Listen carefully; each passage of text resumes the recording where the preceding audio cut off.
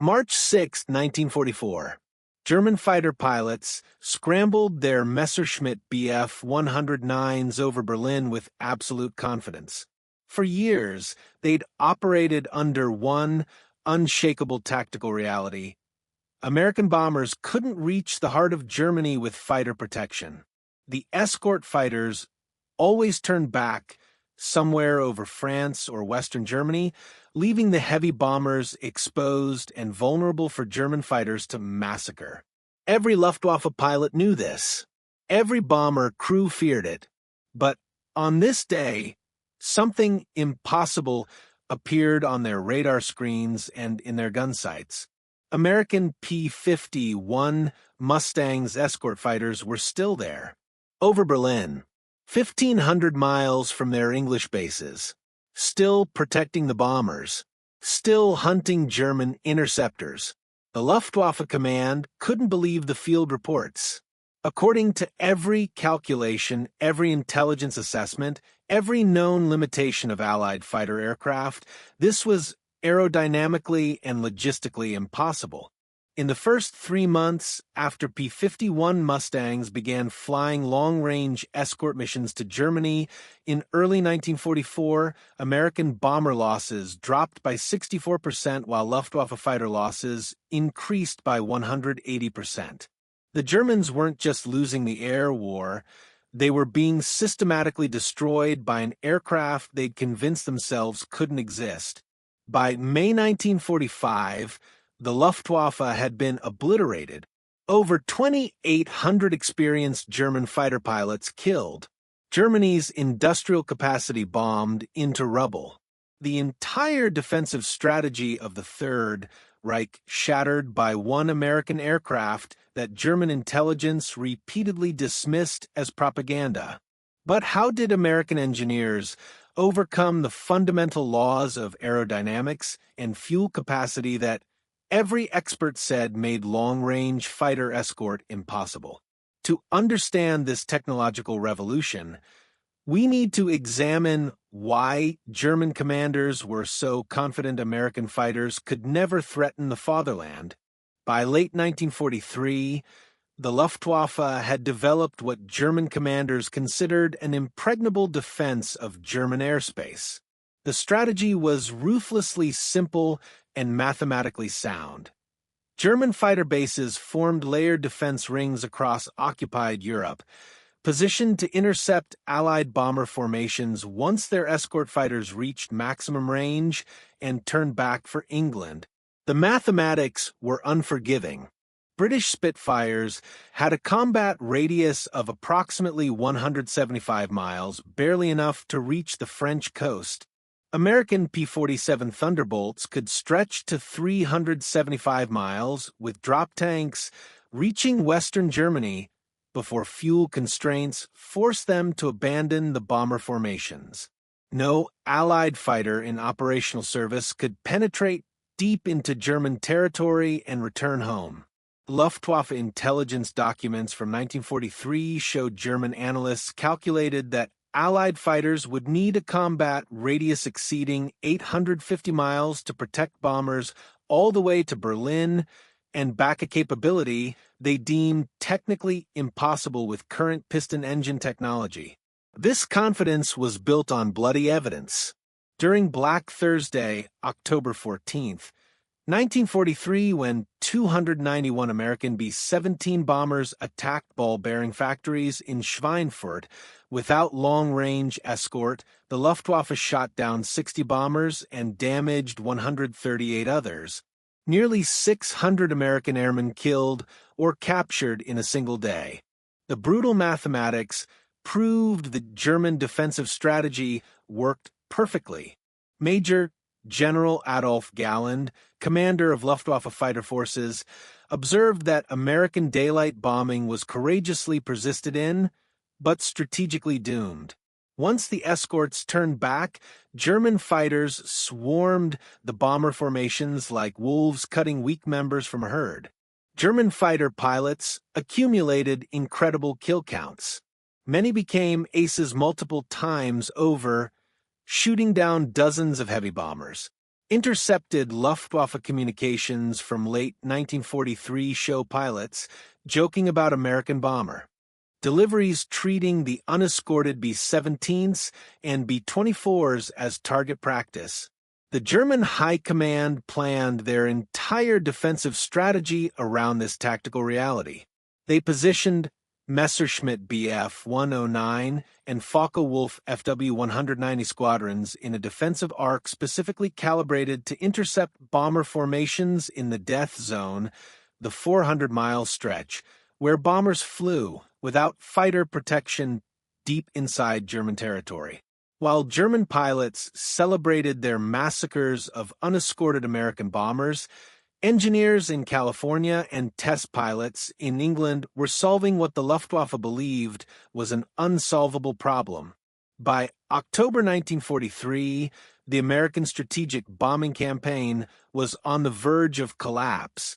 During the second half of 1943, the 8th Air Force bomber losses averaged 8.6% per mission to German-occupied targets, a mathematically unsustainable attrition rate that would eliminate entire bomber groups within 12 missions.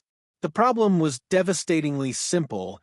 American planners had built an entire strategic doctrine on the theory that heavily armed B-17 flying fortresses, flying in tight formations with overlapping defensive fire, could fight their way to German industrial targets without fighter escort. This doctrine, championed by pre-war theorists, was being shredded over German skies. After the Schweinfurt disaster, General Hap Arnold, commanding general of the Army Air Forces, faced calls to abandon daylight bombing entirely. British commanders, who had switched to night bombing after similar catastrophic losses, privately told American officers that unescorted daylight raids were brave but suicidal. Congressional critics questioned whether the entire B-17 program was a waste of resources. The existing American escort fighters couldn't solve the problem. The P-47 Thunderbolt, while rugged and powerful, was fundamentally a short-range aircraft. Even with external drop tanks, it couldn't penetrate beyond the Ruhr Valley. The P-38 Lightning had better range, but suffered from engine reliability issues in the high-altitude, sub-zero conditions over Germany. German pilots had learned to identify when escorts reached their limit and time their attacks accordingly. American bomber crews lived with terrifying statistics. Their odds of completing a 25-mission combat tour were roughly 1 in 4. Most crews were shot down, killed, or captured before finishing their rotation.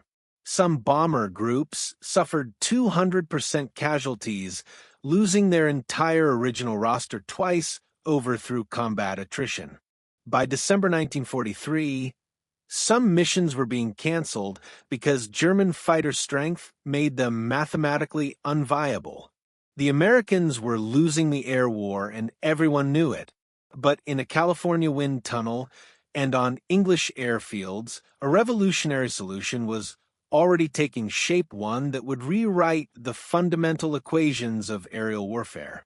The solution came from an unlikely combination: a California aircraft company, a British engine, and an innovation so simple that military bureaucrats initially rejected it as impossible. The North American P-51 Mustang had entered service in 1942 as a good, but not exceptional fighter. The original Allison-powered version performed brilliantly at low altitudes, but struggled above 15,000 feet, exactly where bomber escort operations took place. British test pilots suggested replacing the Allison engine with the Rolls-Royce Merlin power plant, the same engine that powered the legendary Spitfire, which transformed the Mustang's high-altitude performance dramatically. But engine power wasn't enough. The breakthrough came from rethinking fuel capacity and aerodynamic efficiency. North American aviation engineers completely redesigned the aircraft's internal fuel system.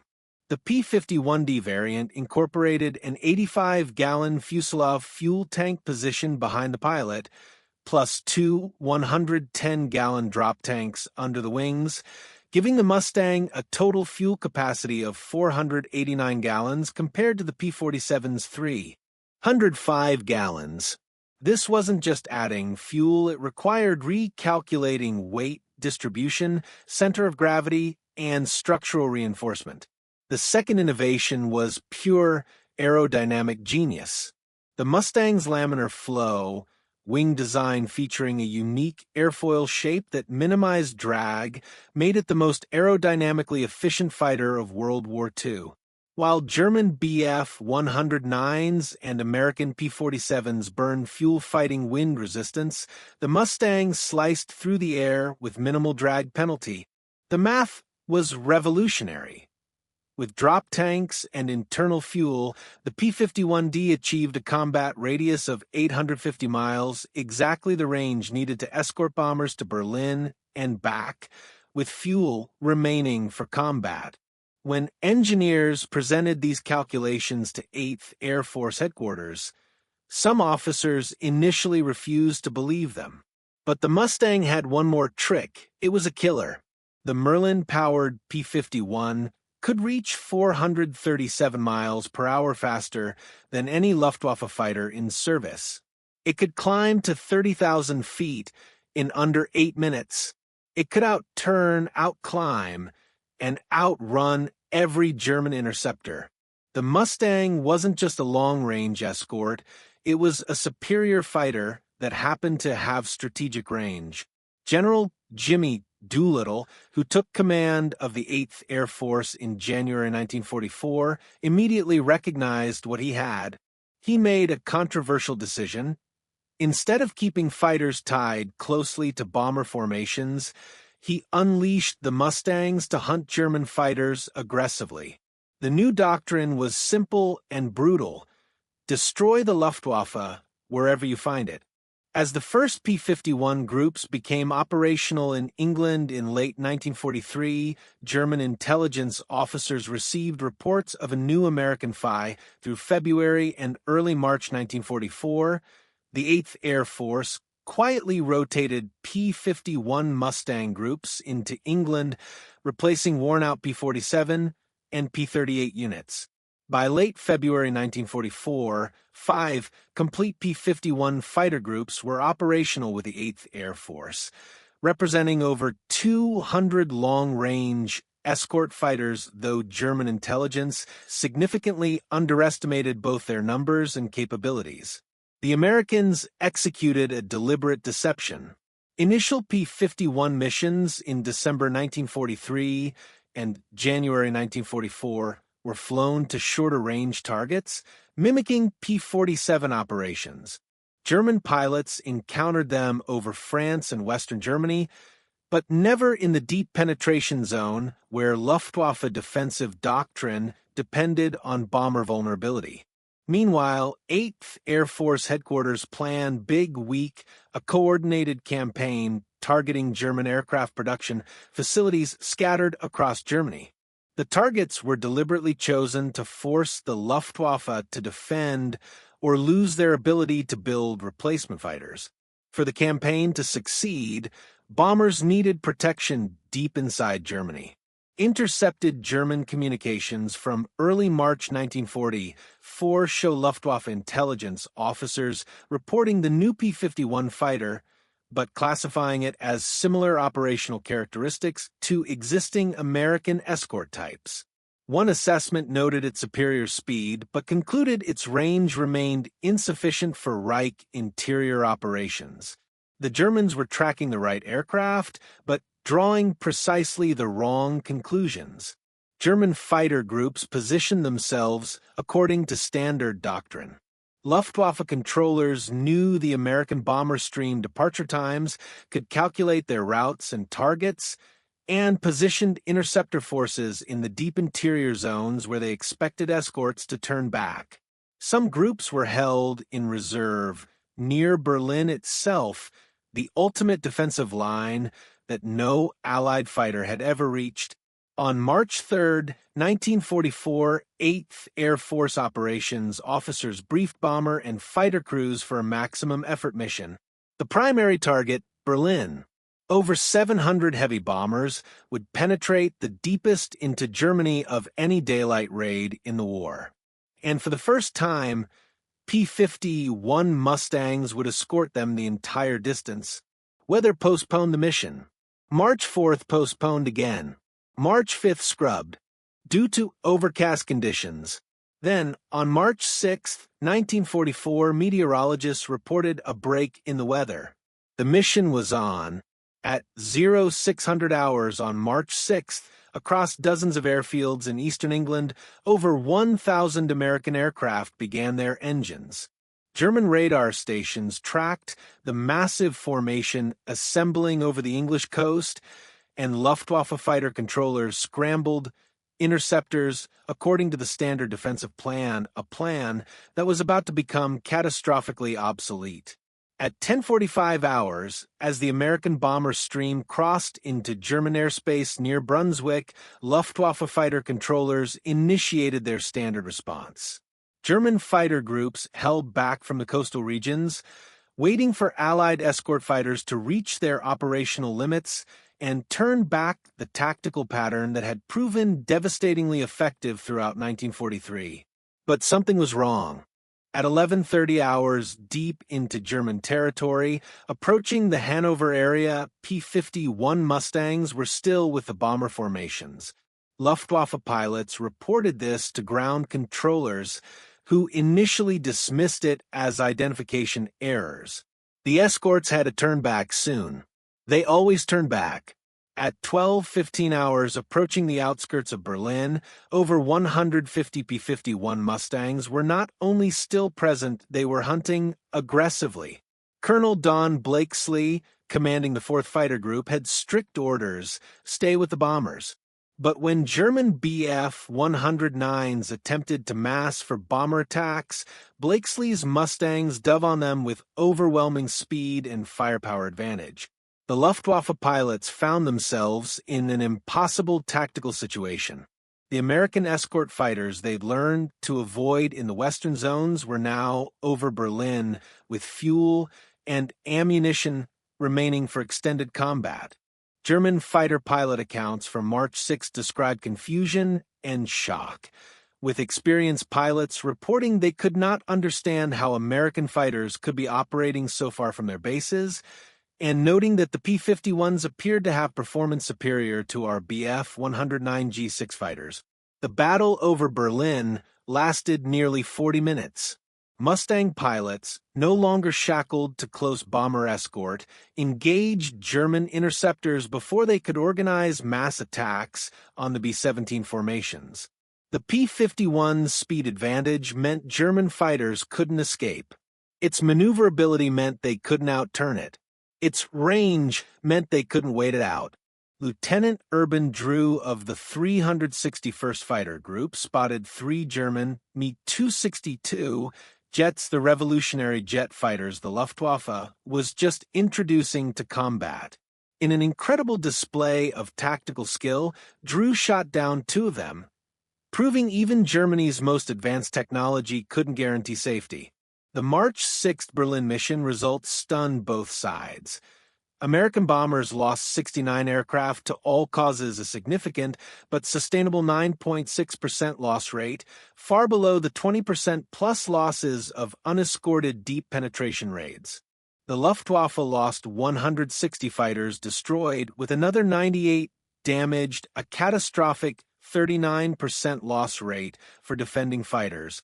As the American formations turned west for England, still escorted by P-51s with fuel remaining, Luftwaffe ground controllers faced a terrifying reality. Their entire defensive strategy had just been invalidated.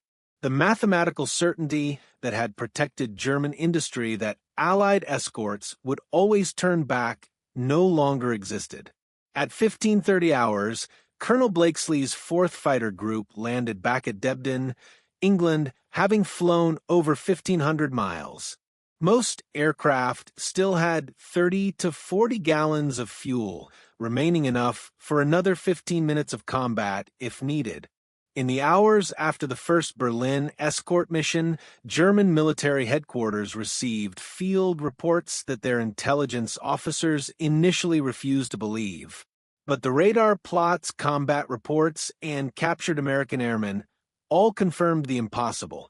Major General Adolf Galland, commander of Luftwaffe fighter forces, received the March 6 combat reports with disbelief that quickly turned to horror.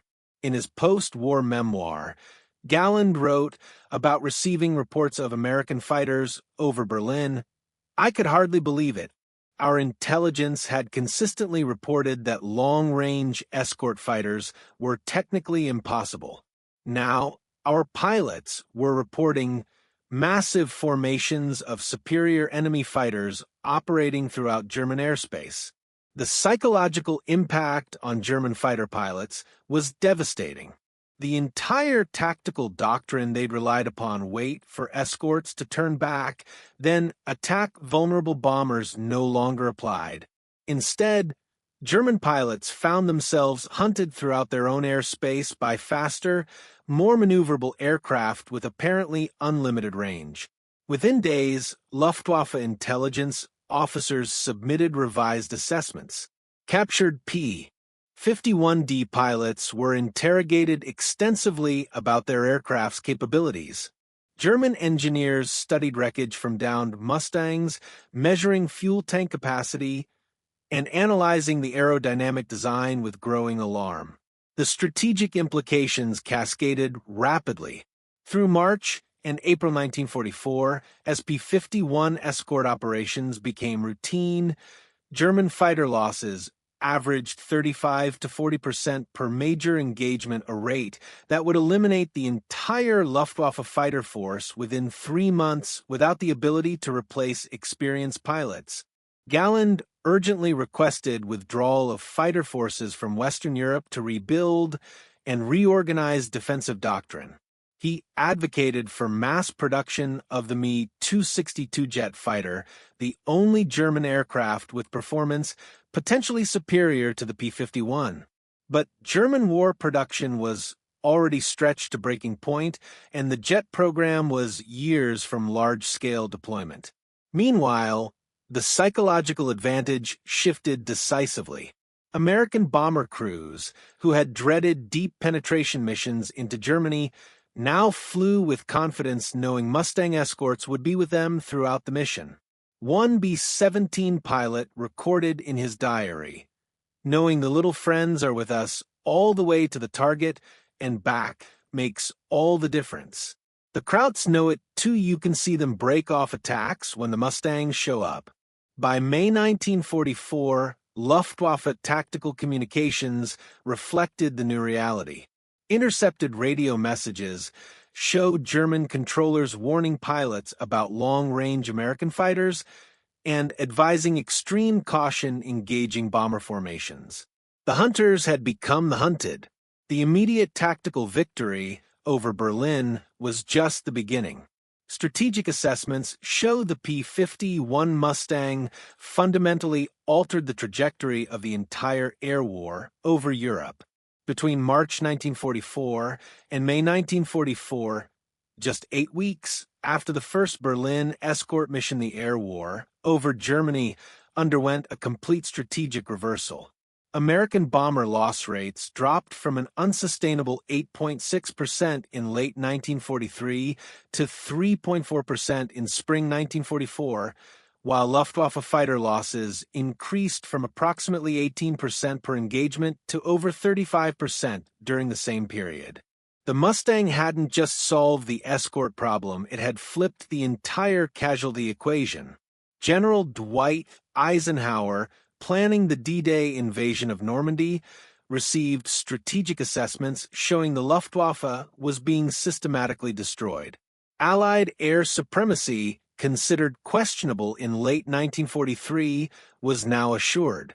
Eisenhower specifically cited the P-51 Mustang's combat performance as enabling the Normandy invasion to proceed. Without air superiority over the landing beaches, the invasion would have been impossible. The strategic bombing campaign nearly canceled after the Schweinfurt disasters, now proceeded with devastating effectiveness. German ball bearing production, aircraft manufacturing, and oil refineries came under sustained attack with much lower Allied losses. By June 1944, German aviation fuel production had declined by 80% from 1943 levels, largely due to sustained American bombing raids that were made possible by effective fighter Escort. The psychological effect on German industry was equally significant. Workers in factories that had been considered safely deep in Germany now watched daily as massive American bomber formations, protected by swarms of escort fighters, passed overhead to bomb other targets. The sense of invulnerability that German citizens had felt disappeared. Allied commanders quickly expanded P-51 production. By D-Day in June 1944, the 8th Air Force operated 15 complete fighter groups, with 14 equipped with P-51 Mustangs. Orders for additional aircraft poured into North American Aviation's factories in California. The Mustang had transitioned from experimental solution to absolute strategic necessity within 6 months. British bomber commanders who had switched to night operations after suffering catastrophic daylight. Losses in 1939 through 1940 considered resuming daylight bombing with American P-51 escorts. While they ultimately continued night operations, the option existed something unthinkable before the Mustang's deployment. But tactical and strategic impacts tell only part of the story. Military historians document that the P-51 Mustang's influence extended far beyond World War II combat statistics.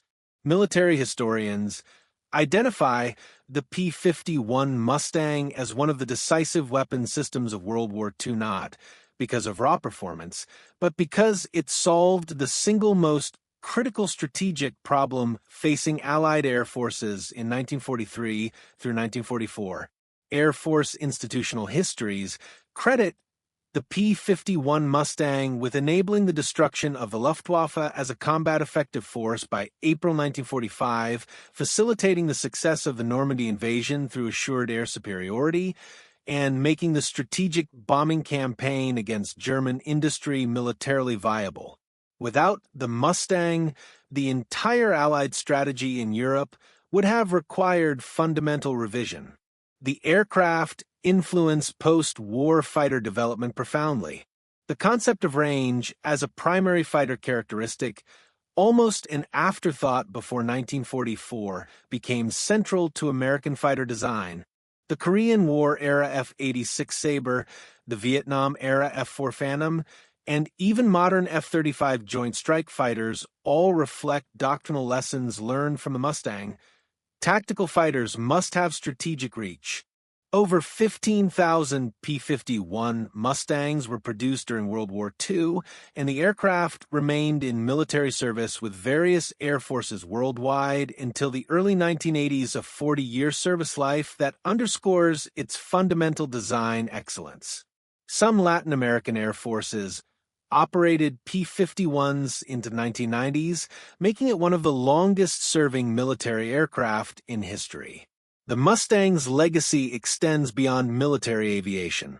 The aircraft became a symbol of American industrial innovation and adaptability. The fact that the solution to the escort fighter problem came from creative engineering, combining a British engine with an American airframe and rethinking fuel capacity rather than brute force spending became a case study in innovation taught at military and engineering institutions. Air Force professional military education courses still study the P-51 deployment as an example of technological innovation altering strategic calculation. The lesson emphasized adversaries plan their strategy based on your known capabilities, and introducing capabilities they believe impossible creates overwhelming advantage. For the Luftwaffe, the Mustang represented a strategic miscalculation with catastrophic consequences. German intelligence officers had correctly identified that long-range escort fighters were technically challenging, but incorrectly concluded they were impossible. That analytical failure, assuming technical difficulty, meant impossibility cost Germany air superiority, and ultimately contributed significantly to their defeat. The aircraft also influenced popular culture significantly. The P-51 remains among the most recognizable World War II aircraft, featured prominently in museums, air shows, and historical education. Its distinctive profile, especially the bubble canopy of the P-51D variant, became synonymous with American air power. This remarkable weapon system demonstrates a fundamental lesson that the American military has proven repeatedly throughout history. The P-51 Mustang story perfectly encapsulates a critical lesson about military innovation and strategic surprise. The side that solves problems others consider unsolvable gains overwhelming advantage. German military planners made a fatal error. They correctly identified that long-range fighter escort was technically difficult, required significant innovation, and challenged fundamental assumptions about aircraft design. But they concluded it was impossible and structured their entire defensive strategy on that assumption. American engineers, facing the same technical challenges, refused to accept impossibility as an answer. The statistical evidence is overwhelming. In 1943, unescorted American bombers suffered losses that would have eliminated the entire strategic bombing force within months. By late 1944, with P-51 Escort, the same bomber formations operated with sustainable losses while destroying German air power and industrial capacity. This wasn't just about one aircraft. It represented American technological adaptability, willingness to incorporate foreign innovations like the British Merlin engine, and industrial capacity to transition from development to mass production within months. By war's end, P-51 Mustangs had shot down nearly 5,000 enemy aircraft, produced more aces than any other Allied fighter, and fundamentally altered the course of the air war. The lesson for modern military thinking remains relevant. Adversaries plan based on your known capabilities. Innovation that exceeds their expectations creates decisive advantage. The Luftwaffe never expected American P-51 Mustangs could escort bombers 1,500 miles into Germany. That failure of imagination cost them the war in the air. If this story of American innovation and military excellence fascinated you, you need to subscribe right now. We're diving deep into the most incredible, meticulously researched stories of World War II, the technological breakthroughs, tactical genius, and moments of innovation that won the war. Next week, the radar technology Nazi engineers never expected Britain to develop first, and trust me, it's even more shocking than the Mustang story. Hit that subscribe button. Drop a comment telling me which World War II innovation story you want next. And remember the lesson from the P-51 Mustang? Never underestimate American ingenuity when facing impossible problems.